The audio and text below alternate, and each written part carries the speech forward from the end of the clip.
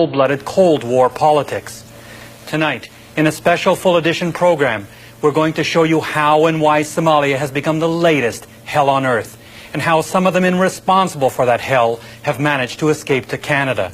They are the men who served Somalia's deposed dictator, Siad Barre, and helped him brutalize a nation while most of the world looked the other way.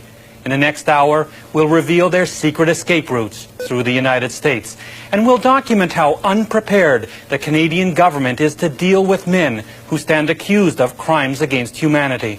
It's a story some people don't want you to see. In a forgotten corner of northern Somalia, this place is called the Valley of Death. The remains of 7,000 children, women and men lie where they fell, mowed down by Somali government troops 4 years ago.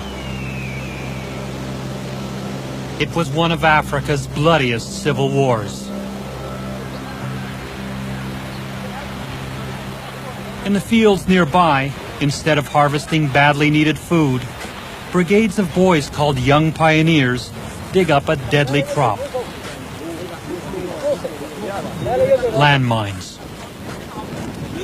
This week alone, they found 200. And all too often, the mines explode without warning. And all too often, there are victims. 57 casualties just in this hospital.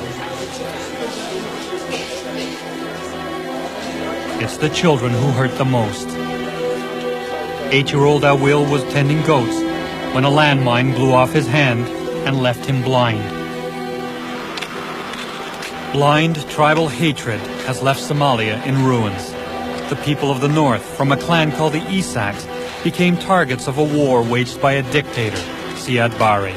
He was from the south, a member of a clan called the Darads. In the end, all Somalis suffered at the hands of Siad Barre. The luckiest ones fled to refugee camps like this one in Ethiopia, and even as far away as Canada. About 30,000 Somalis have come since the fighting began, but the victims have not entirely escaped their persecutors. 2 years ago, Abdi Ali Nur Mohammed came to Canada as a refugee, claiming he was persecuted in Somalia. But back home, he's known as Judge Ali Nur. He sentenced dozens of people to death. This man, he was a murderer. Like he was a killer. He was a dangerous man. Not far away from Judge Nur, another of Barry's men, Mohammed Hassan Ismail Farah. He also arrived in Canada 2 years ago as a refugee. But high school students held in these military cells remember him as the police lieutenant colonel who brutally interrogated them. He tortured me by himself. I was sentenced to death, and they put me in a jail. I was being tortured like electrical shocks, beating. And this man, the most feared of Barry's men in Canada, Yusuf Abdi Ali Toke, another refugee claimant. He works as a security guard in Toronto. Back in Somalia, he wore a different uniform as one of Barry's military commanders. In the tiny village of Gibile, people say he maimed, tortured and terrorized them and had more than 100 people executed. Goad Muse escaped from Gibile and made it to Canada. This man put human beings into a blazing fire. He made vehicles run over other people. I cannot understand how a government with respect for human rights can give protection to such a man. Protection or not, the presence of Barry's men has ignited clan tensions in Canada. Torture me. There are those people who torture you. Many Somalis here remain bitterly divided along clan lines. We asked to meet with victims of torture. Instead, Somalis from several clans came.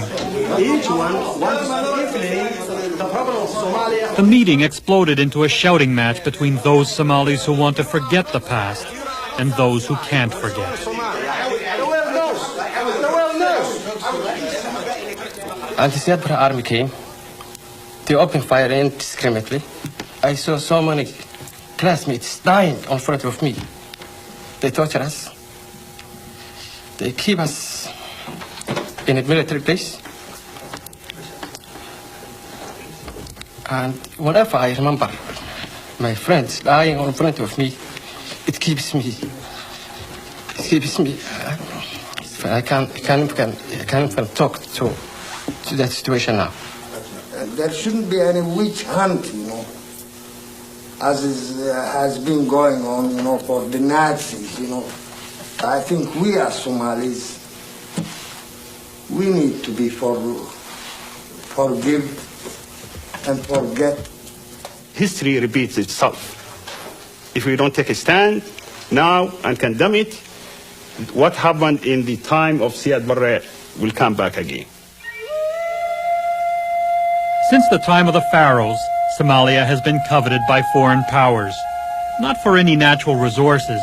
It is, after all, mostly hot, harsh desert, where nomads wander in search of food and water, but coveted for its strategic location. Somalia's tragedy is rooted in where it sits, on the tip of the Horn of Africa. Foreign powers saw valuable trade routes straddling the desert, deep water ports on the Indian Ocean, and in this century, a staging point to supply and protect the oil fields of the Persian Gulf. The British, the Italians, and the French all marched through, playing on clan rivalries. Then the Soviets and the Americans began playing superpower politics with their favorite dictators.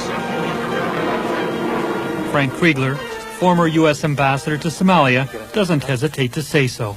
Somalia became a sort of ping-pong ball between the two sides in a Cold War confrontation.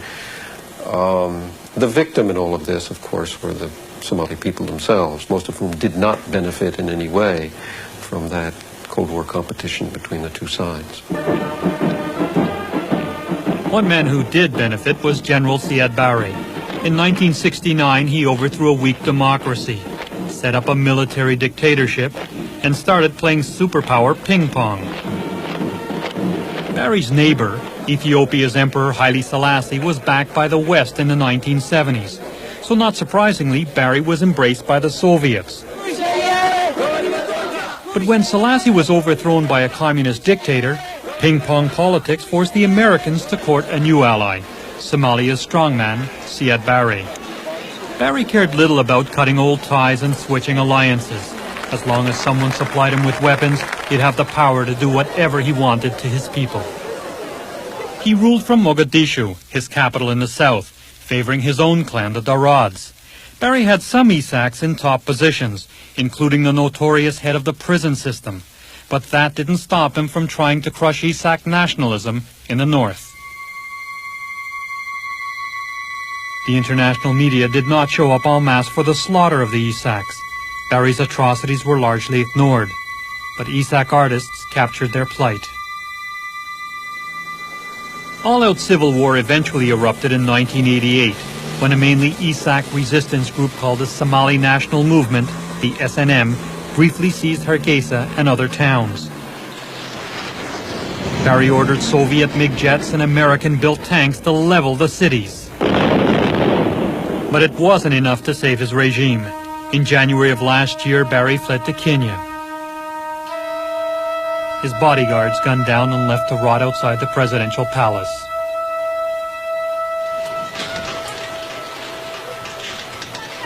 In the north, the Isaks inherited a dying land. In Hargeisa, once home to 500,000 people, 50,000 were killed.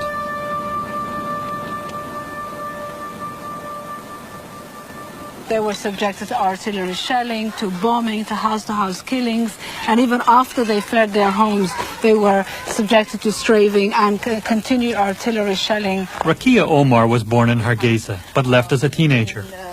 As head of the New York-based human rights group Africa Watch, she tried to alert the Western world to Barre's atrocities, a country where justice was a sham. We documented cases where people were sentenced to life imprisonment simply under a tree. There's no investigation, there's no legal defense. So I wouldn't actually go so far as to call it a trial. It was just some kind of facade that they wanted to go through to show that they were using at least a military form of justice. But it was just pure might, as simple as that. The might of military courts, police torturers, and massacres carried out by army commanders kept Barry in power for 21 years. The might of men like this judge, this police interrogator, and this army colonel, all now in Canada. Judge Abdi Ali Noor was the first Barry official to get here. He arrived in June 1990, 6 months before the Barry regime collapsed. Noor made it first to New York City. Then he drove to this border crossing at Fort Erie, Ontario. Noor had no trouble with Canadian immigration. In his refugee application, he said he had a falling out with the Barry regime in May 1988 and was jailed and tortured because he refused to sentence a group of Isaaq elders to death. That may well be true, but he left out some important details. For at least 15 months, Judge Noor held court on the second floor of this police station in Hargeisa. He was not an ordinary judge. He was chairman of the military court. With a stroke of his pen, Judge Noor signed these execution orders, sentencing people to death for what the Barry regime called anti-state activities. Those condemned were sometimes dragged right out of his courtroom to this yard below and shot on the spot. Other victims of Noor's swift justice were brought to this mountainside outside Hargeisa, lined up before a firing squad and executed. Often the victims were little more than teenagers. Among Noor's victims, Hadar Hussein, one of many young sympathizers of the Somali national movement. He was arrested in the middle of the night. His brother Malid escaped to Canada. He remembers what his father told him on the steps of Noor's courthouse. You are not going to see your brother again because he's going to die.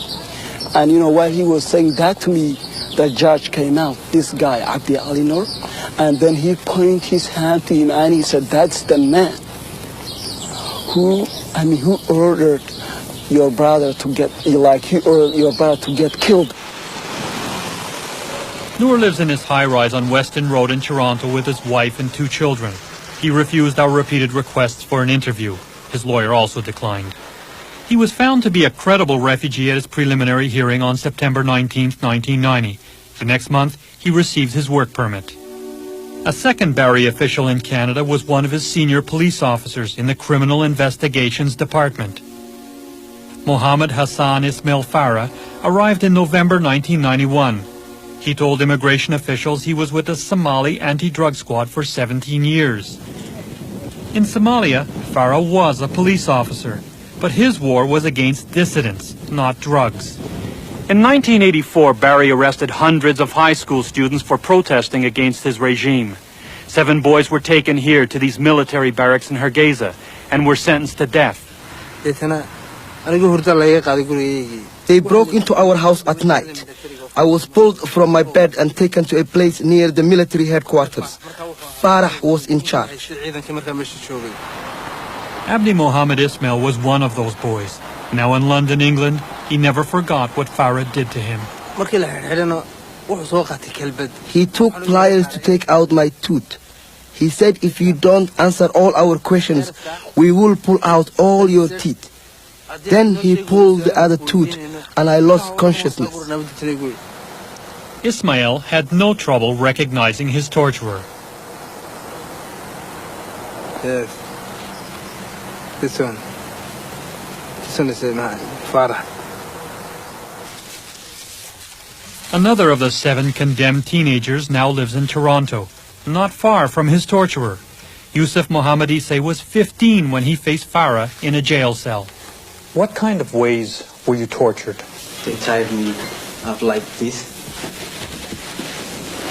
They put my hands and my legs together and I was tied up at least 24 hours. And they hit me, something I felt like a bird of the rifle on my cheek. Is this the man who tortured you? Yes, he's Mohammed Hassan Farah.